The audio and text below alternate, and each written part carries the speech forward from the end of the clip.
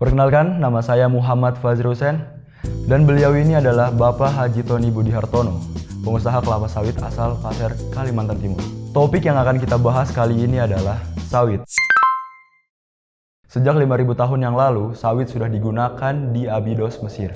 Sementara di Indonesia bermula dari benih utama atau bisa dikatakan cikal bakal semua tanaman kelapa sawit komersial di Indonesia.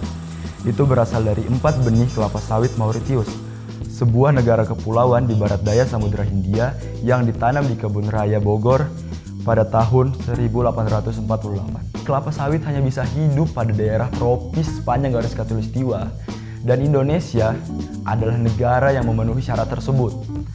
Tentu saja ini adalah karunia bagi Indonesia. Sawit adalah karunia Indonesia. Indonesia punya lahan yang luas, dan tanaman sawit ini adalah tanaman yang bahasa saya itu toleran. Dibuang aja tumbuh, dibakar alang-alangnya juga masih nggak mati, dia masih hidup.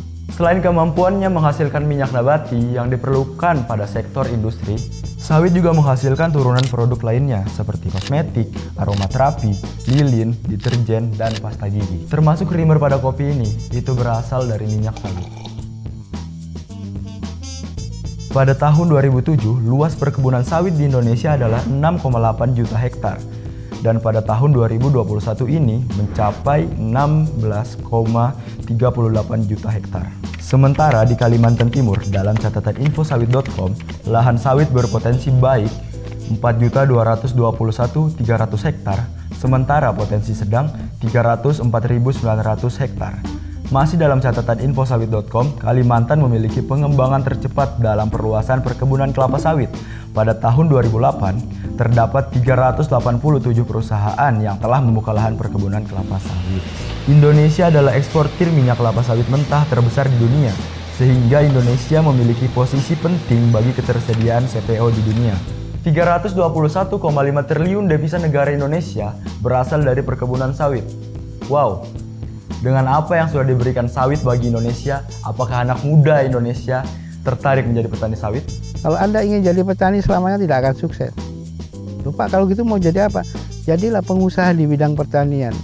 Sebutannya Anda akan menjadi entrepreneur, businessman. Jo Daud Darsono, pengusaha yang sudah lebih dari 32 tahun bergelut di dunia perkebunan sawit, pernah berkata, "Ini adalah industri hijau, menghijaukan area marginal dan padat karya." Tapi perkembangan perkebunan kelapa sawit kerap diklaim negatif sebagai perusak hutan dan kelestarian lingkungan.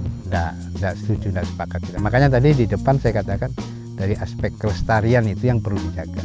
Nah, kelestarian ini upaya kita untuk bagaimana hal itu tidak terjadi. Kalau memang sawit itu menghabiskan debit air, sawit tidak bisa sampai seperti di pasir ini sudah mau 2 siklus.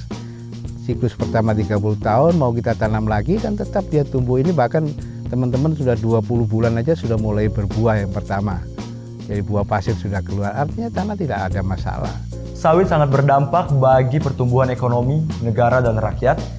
Setidaknya ada 4,8 juta warga Indonesia yang menjadikan sawit sebagai sumber ekonomi. Amerika Serikat punya jagung, Brazil punya kopi, Cina punya teh, bawang merah dan tembakau, Pantai Gading punya kakao, India punya jahe dan cabainya.